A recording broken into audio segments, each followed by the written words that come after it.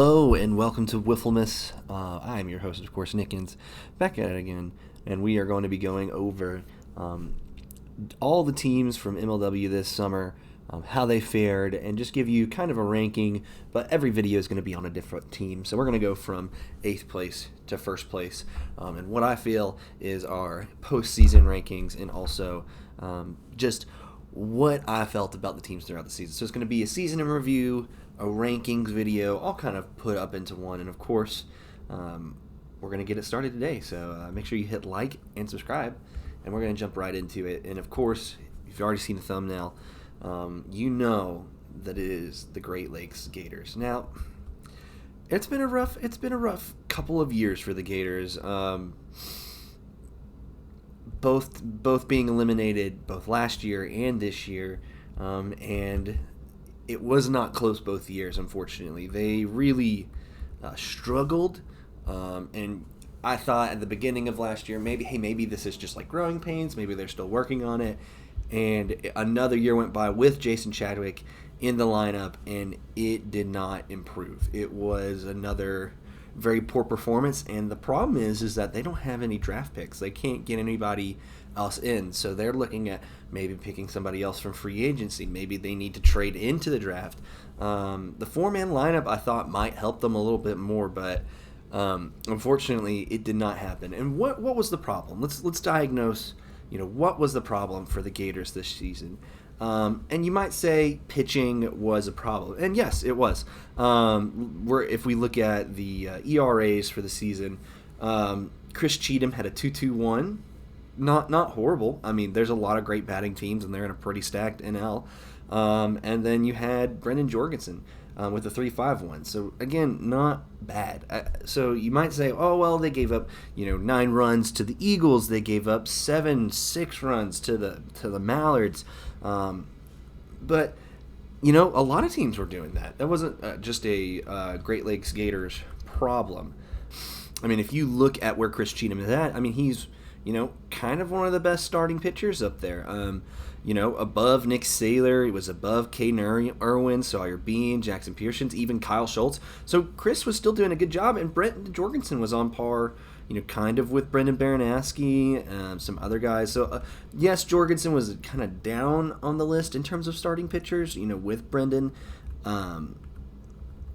Honestly, it was definitely doable. It was workable because a lot of the other guys kind of down towards the bottom of this list, with around a 3.0 ERA, Jonah Heath, Chris, Brendan, and Brendan Baranowski and Jorgensen, and McGlade. McGlade's down here as well. I mean, you're talking about teams that played better than the Gators, on the win-loss column, but in terms of statistics, I don't feel like Jorgensen was that far out, like he's somehow washed or a bad player. It really, to me, it came down to the offensive production. In games this year where the Gators scored 2 or less runs, they won one of those games. So about half of the games, they're either getting shut out, 1 score, 2 scores, and they were losing those games. I understand that maybe, you look at the MLW pitching leader, like team leader category, and you see the Gators second to last, and you see the batting leaders, and they're also second to last. You got to also remember that, at the same time, it was the combination of all of those things, all of those factors. There are some very much blowout losses within that where, they were just getting smacked around. And so I'm not going to necessarily hold those outliers kind of as tough to them. However, not able to score in most games and then having those outliers where they would score 8, 9 runs. I think that's where you kind of get the impression that I felt like the Gators really struggled to hit the ball this season.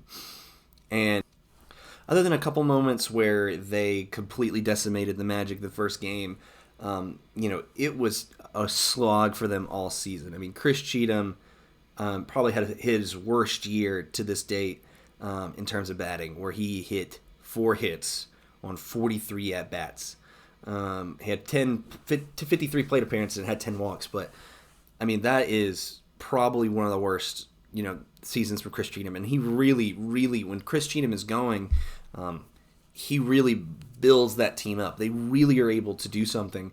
And with a .093 average, I mean, that is not what you expect from a former, Silver Slugger at this point. So, yeah, I mean, you had guys this year hitting 500, 483, like high 300s. And all the way at the bottom, you don't expect someone who was supposed to be, an MVP a few years ago, all the way at the bottom of the list with guys you just don't expect him to be. And so I think Chris, pitching wise, really helped out the Gators, carried them a lot. But man, really needed work on batting. Jason Chadwick, pretty consistent overall. Had 10 hits. The only one person had more was Jorgensen. And you might think Jorgensen's like, washed, not good pitcher. But, I think they complement each other really well. And he did what he had to, got on base a lot. We really just don't have a lot of there was not a 3 or 4 hole guy who was getting it done. Reese Harris was batting better than Chris Cheatham and Brendan Zerlag, and those are, nothing to... I love Reese. Shout out Reese. But, you're not expecting Reese to outperform Chris and Brendan Zerlag.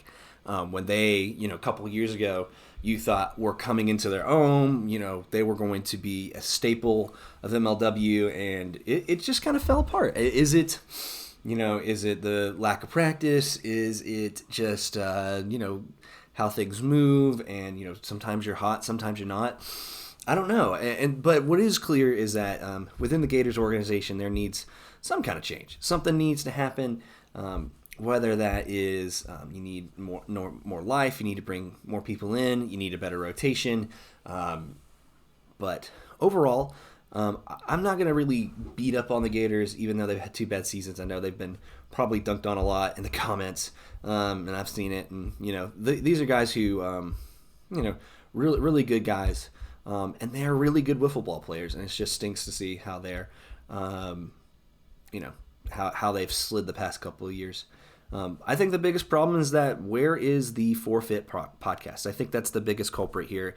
When they were doing the Forfeit podcast, they were champions. And now, 2 years in a row, they haven't done the Forfeit podcast, and they've had terrible seasons. So I really think that's the biggest culprit here. But let me know what you guys think down in the comments. And that is our first video for Wifflemas. I hope you have a great rest of your Christmas. More video will be coming out tomorrow, so make sure you hit like and subscribe, and I will see you guys in the next one. Peace.